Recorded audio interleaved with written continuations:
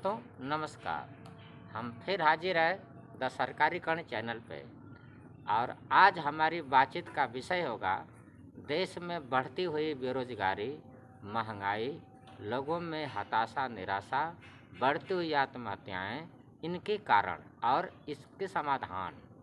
दोस्तों, जो हमारे समाज के पढ़े लिखे तबके हैं, ख़ास तौर से जिनकी रुचि राजनीति शास्त्र में है, जिनकी रुचि सामाजिक विज्ञान में है, वो लोग इस बात को भली भांति समझते हैं कि 1990 के बाद जब सरकारों ने पूरी तरह डंकल प्रस्ताव के आगे, या यूं कहिए कि विश्व बैंक, अंतर्राष्ट्रीय मुद्रा कोष या इस तरीके के जो भी अंतर्राष्ट्रीय संस्थाएं हैं, उनके सामने जब ये लोग घुटने टेक दिए तो उनकी शर्तों को लागू करना ही था।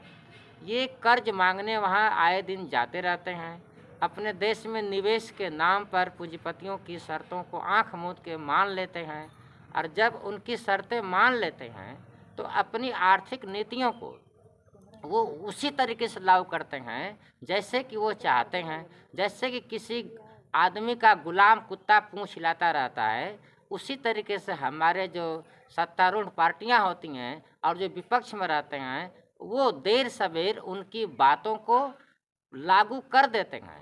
इसका परिणाम क्या निकला, आप सब समझ रहे हैं कि उन्होंने कहा कि सरकारी कर्मचारियों की संख्या घटाओ। उन्होंने कहा कि ऐसी व्यवस्था करो कि हमें कम से कम लोगों को और कम से कम सैलरी देनी पड़े, पेंशन न देनी पड़े। उन्होंने कहा, इन्होंने लागू कर दिया। उन्होंने ये बात कहा कि धीरे धीरे सारे सरकारी संस्थान प्राइवेट हाथों में, यानी उन्हीं पूंजीपतियों को बेच दो। उनसे तुम चाहो तो अपने पार्टी के लिए चंदे वगैरह ले लो, लेकिन उनकी बात को एकदम गुलाम कुत्ते की तरह मानो।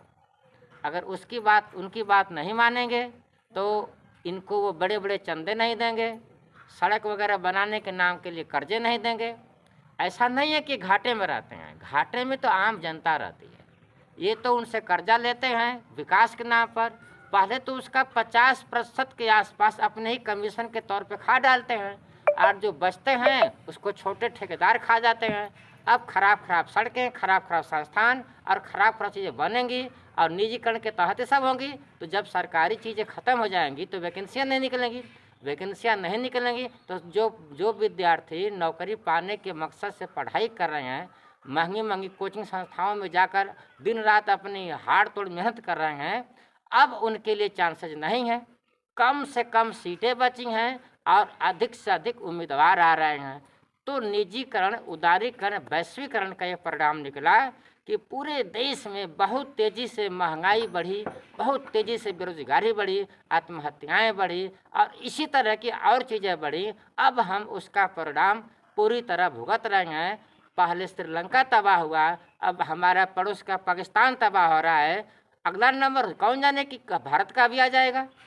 तो इसलिए मेरी अपील है कि ये जो निजीकरण नाम का घोड़ा है, जो उदारीकरण और वैश्वीकरण के पंखों पे उड़ रहा है, इसके इन तीनों चीज़ों को समाप्त करने के लिए सरकारीकरण का, राष्ट्रीयकरण का एक जोरदार हथौड़ा चलाइए। बहुत बहुत धन्यवाद।